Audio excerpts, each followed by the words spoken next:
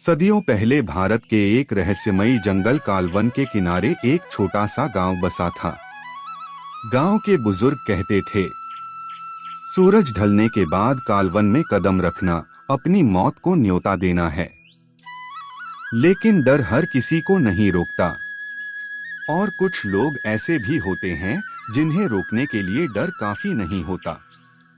उन्हें रोकने के लिए विनाश चाहिए। एक अकेला लकड़हारा।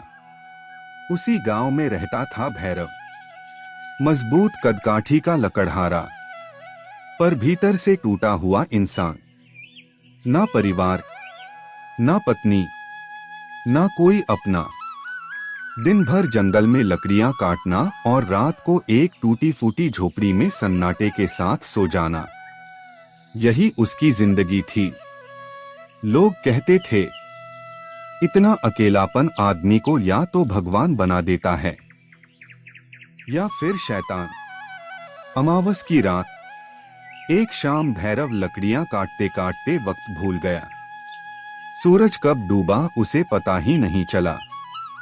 जब उसने ऊपर देखा तो आसमान अमावस की काली चादर ओढ़ चुका था, और तभी जंगल खामोश हो गया। ना हवा, ना पत्तों की सरसराहट, ना झींगुरों की आवाज। ऐसा सन्नाटा जैसे जंगल ने सांस रोक ली हो। तभी भैरव ने सुना एक धीमी करार, जिसे भाग जाना चाहिए था। वो आगे बढ़ गया। भैरव जानता था उसे वहीं से भाग जाना चाहिए, लेकिन आवाज में कुछ ऐसा था, दर्द या फिर बुलावा। वह झाड़ियों को हटाता हुआ आगे बढ़ा, और बरगद के पेड़ के नीचे उसने उसे देखा। वो स्त्री, एक स्त्री, बेहोश पड़ी हुई।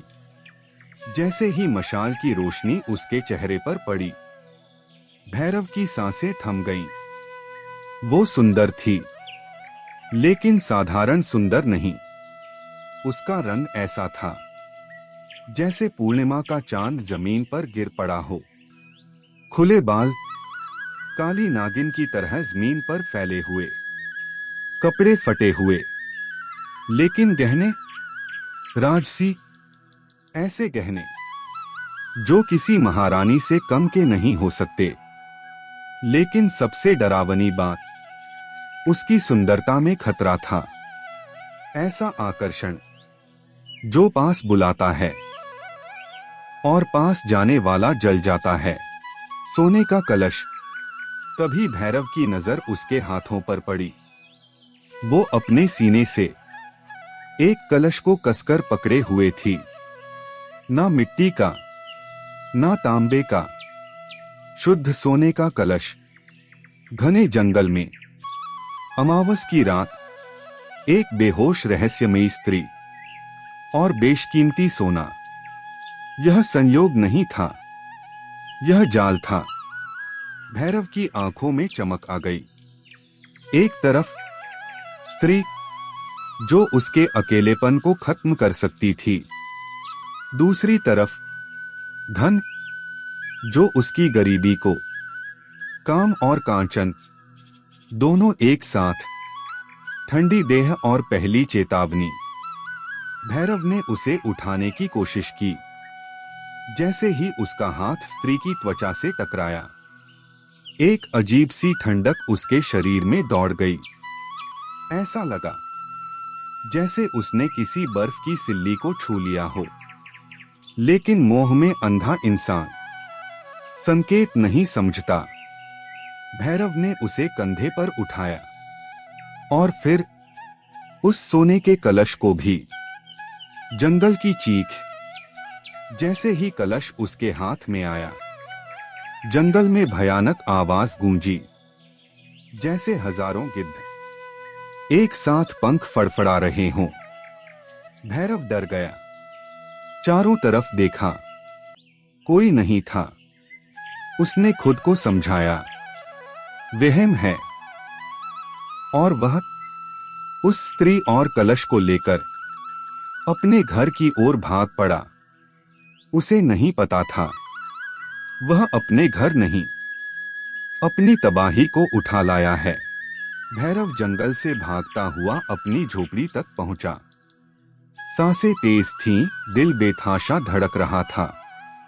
उसकी झोपड़ी गांव के किनारे थी, अकेली, टूटी फूटी, जैसे खुद भी दुनिया से कटी हुई। उसने जल्दी से दरवाजा बंद किया और उस बेहोश स्त्री को अपनी खाट पर लिटा दिया। सोने का कलश उसने झोपड़ी के कोने में रख दिया, लेकिन उसे पता नहीं था, कुछ चीजें रखी नहीं जाती, वो घर को अपना बना लेती हैं। आंखें जो इंसानी नहीं थीं। भैरव ने पानी के छींटे मारे। कुछ देर बाद स्त्री की उंगलियां हिली, फिर उसकी आंखें खुली और उस पल भैरव की आत्मा कांप गई। उसकी आंखों में पुतलियां नहीं थीं, ना सफेदी, बस गहरा अंतहीन काला रंग, जैसे किसी कुएं में झांक लिया हो। एक पल के लिए भैरव को लगा कि वह मर चुका है। फिर अचानक आंखें सामान्य हो गईं, इंसानों जैसी, यादों से खाली चेहरा।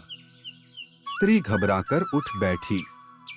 उसकी आवाज कांप रही थी, मां, मैं कौन हूं? मुझे कुछ याद नहीं। भैरव का दिल जोर से धड़का। याददाश्त चली गई थी और उसी पल भैरव के भीतर का इंसान चुप हो गया और स्वार्थ बोलने लगा। उसने झूठ बोला, डरो मत, मेरा नाम भैरव है, मैंने तुम्हें बचाया है। स्त्री ने उसे ऐसे देखा जैसे वह उसका भगवान हो। नामकरण, भैरव ने मन ही मन सोचा, मोहिनी, क्योंकि उसने उसका मन मोह लिया था और वह नहीं जानता था कि यह नाम उसके विनाश की मुहर बन जाएगा। आधी रात का साया। रात गहरी हो चुकी थी। मोहिनी सो रही थी। भैरव झोपड़ी के बाहर बैठा सोने के कलश को देख रहा था।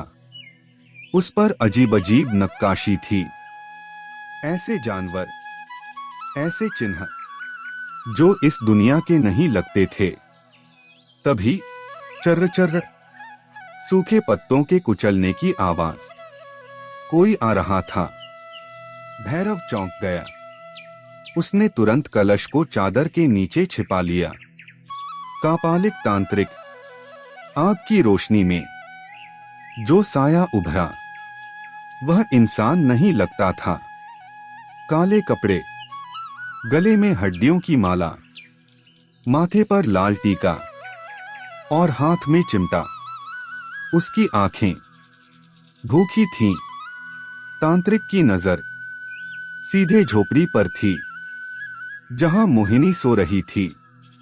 उसने भयानक मुस्कान के साथ कहा, मूर्ख लकड़हारे, तू जिसे घर में पनाह दे रहा है, क्या तुझे पता है वह क्या है? सच का पहला वार। भैरव भड़क गया। वो एक घायल औरत है।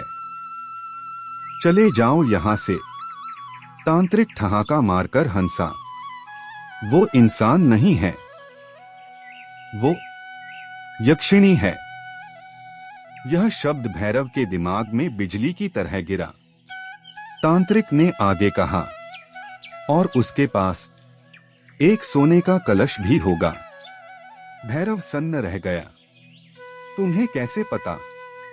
तांत्रिक आगे बढ़ा, क्योंकि मैं उसी को ढूंढ रहा था।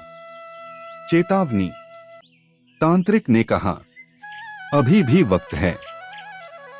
उसे और उस कलश को मेरे हवाले कर दे, वरना तेरा नाम, तेरा वंश सब मिट जाएगा। भैरव को लगा ये सब झूठ है।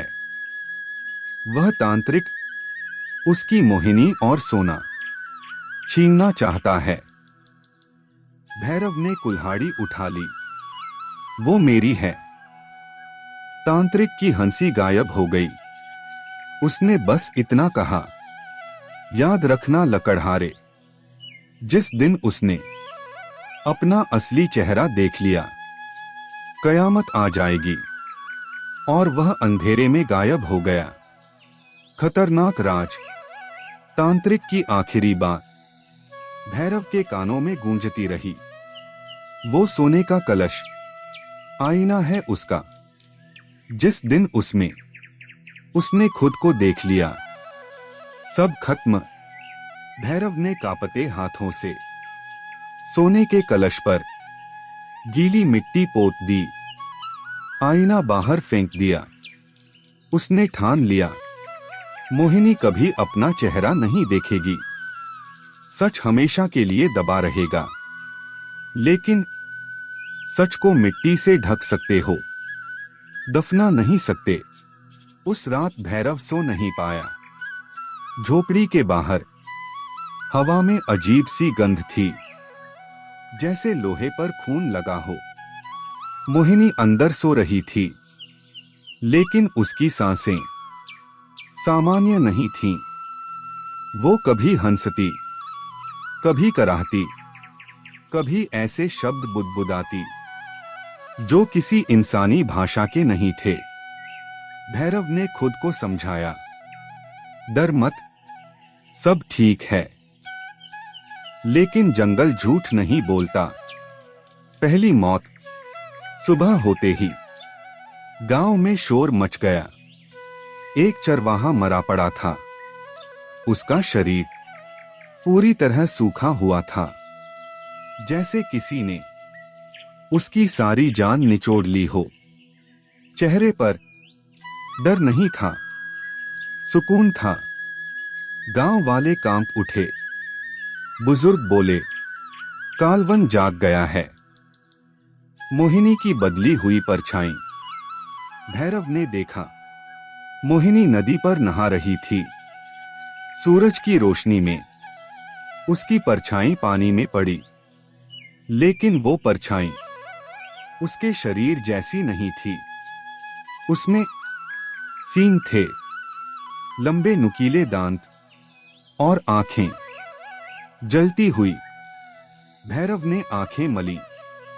परछाई गायब। वहम है, उसने खुद से कहा। लेकिन दिल जानता था, ये वहम नहीं था। खून की गंध। उसी शाम मोहिनी ने कहा, भैरव, मुझे बहुत भूख लग रही है। भैरव मुस्कराया, मैं कुछ ले आता हूं। लेकिन उसने देखा, उसकी आंखें भूख से नहीं, प्यास से जल रही थीं। तांत्रिक की वापसी। रात को कापालिक तांत्रिक फिर आया। इस बार उसके साथ शमशान की आग की गंध थी। उसने फुसफुसाकर कहा, वो जाग रही है। हर मौत के साथ उसकी यादें लौट रही हैं। भैरव का गला सूख गया। मैं क्या करूं?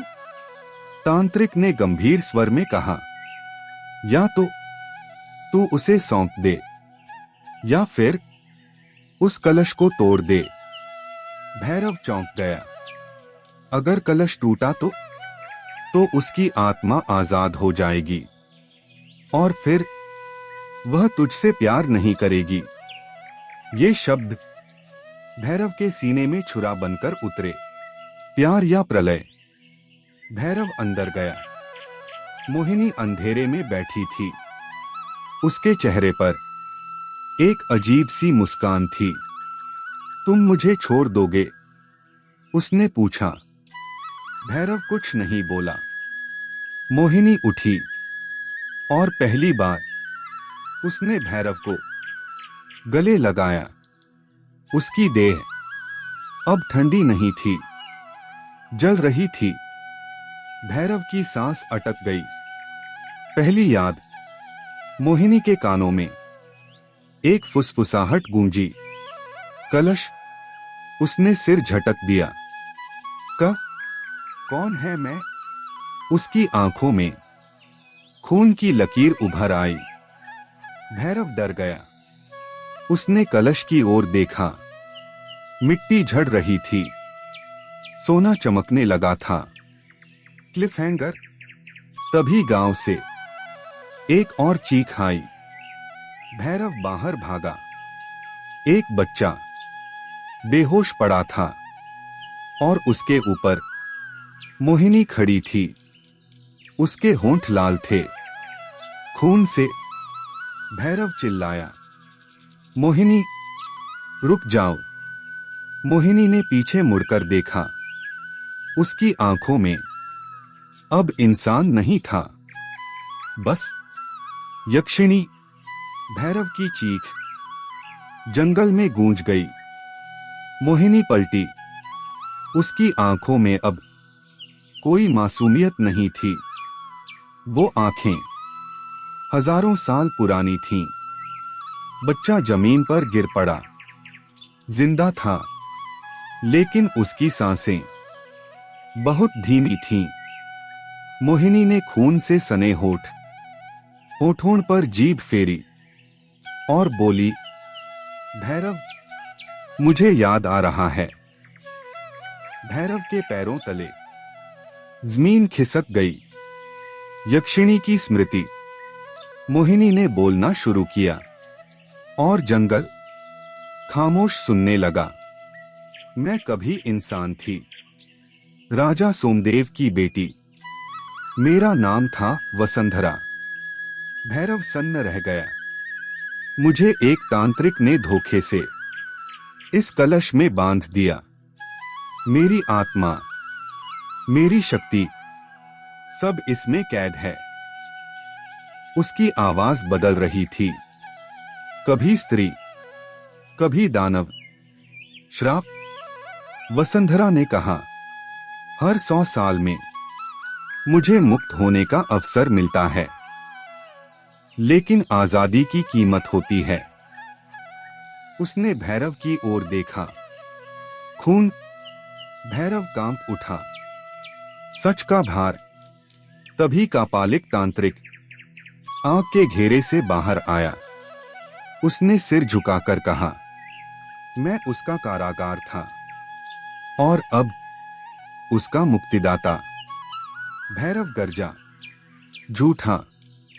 तांत्रिक बोला, मैंने उसे नहीं बनाया। मैं सिर्फ उस श्राप को संभाले हुए था। उसने कलश की ओर इशारा किया। अगर यह टूटा, यक्षिणी पूरी तरह जाग जाएगी और तब यह जंगल ही नहीं, पूरा इलाका राख बन जाएगा। आखिरी सौदा। वसुंधरा आगे बढ़ी। उसके कदमों से धरती दरकने लगी। लेकिन एक रास्ता है। अगर कोई इंसान स्वेच्छा से मेरे साथ बंध जाए। उसने भैरव का हाथ पकड़ा। ठंड और आग एक साथ। तो मुझे खून नहीं चाहिए, मैं उसी से जीवित रहूंगी।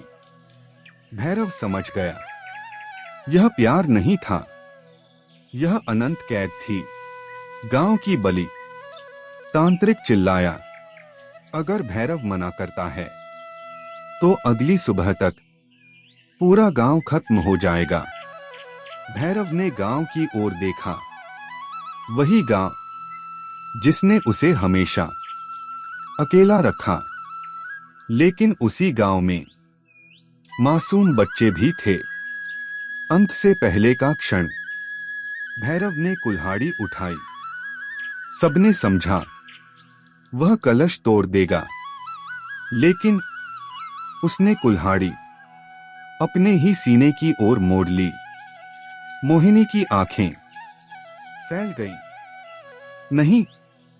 भैरव मुस्कराया, अगर किसी को इस श्राप में बंधना है तो वो मैं होऊंगा। Cliff hanger. भैरव ने आंखें बंद की। कलश चमक उठा। जंगल कांपने लगा और ठीक उसी पल आसमान से लाल बारिश गिरने लगी। लाल बारिश भैरव के चेहरे पर गिर रही थी। उसने आंखें बंद कर ली थीं। कुल्हाड़ी उसके सीने से बस एक सांस दूर थी। पूरा जंगल जैसे प्रार्थना कर रहा हो, बलि का क्षण। रुको, वो आवाज कांपी हुई थी। वसुंधरा अब पूरी तरह यक्षिणी, लेकिन उसकी आंखों में पहली बार आंसू थे। मैंने सदियों में पहली बार किसी इंसान को स्वेच्छा से मरते देखा है। भैरव मुस्कराया। मैं मर नहीं रहा, मैं तुम्हें मुक्त कर रहा हूं। कलश का टूटना। कापालिक तांत्रिक ने मंत्र पढ़ा। भैरव ने कुल्हाड़ी कलश पर दे मारी। कड़ाक, सोने का कलश टूटा। तेज रोशनी फूटी, ऐसी कि सूरज भी फीका पड़ जाए। श्राप का अंत। कलश से हजारों आत्माएं निकली, चीखती रोती आजाद होती हुई। वसुंधरा चीखी। उसका दानवी रूप टूटने लगा। सींग झड़ गए, नाखून गिर गए, और सामने खड़ी थी एक साधारण स्त्री, अमर प्रहरी। लेकिन भैरव, वो गिरा नहीं। उसकी आंखें खुली। अब उनमें आग नहीं थी, जंगल था। कापालिक तांत्रिक ने सिर झुकाया। अब यह कालवन का नया प्रहरी है। अमर, लेकिन अकेला। भैरव समझ गया, वह मरा नहीं था, वह बंध गया था। अंतिम विदाई। वसुंधरा रोते हुए भैरव के सामने आई। मैं तुम्हें आजाद नहीं कर सकती। भैरव ने सिर हिलाया। मैं जानता हूं। उसने पहली बार सच्चा सुकून महसूस किया। सुबह, अगली सुबह, गांव सुरक्षित था। बच्चा जिंदा था। कोई और मौत नहीं हुई। लेकिन भैरव का घर खाली था। कहानी का अंत या शुरुआत? आज भी कालवन के जंगल में लकड़ियों के कटने की आवाज आती है, लेकिन कोई लकड़हारा दिखाई नहीं देता। और अमावस की रात, अगर कोई रास्ता भटक जाए तो एक आवाज गूंजती है, लालच मत करना। कुछ कीमतें जान से भी भारी होती हैं।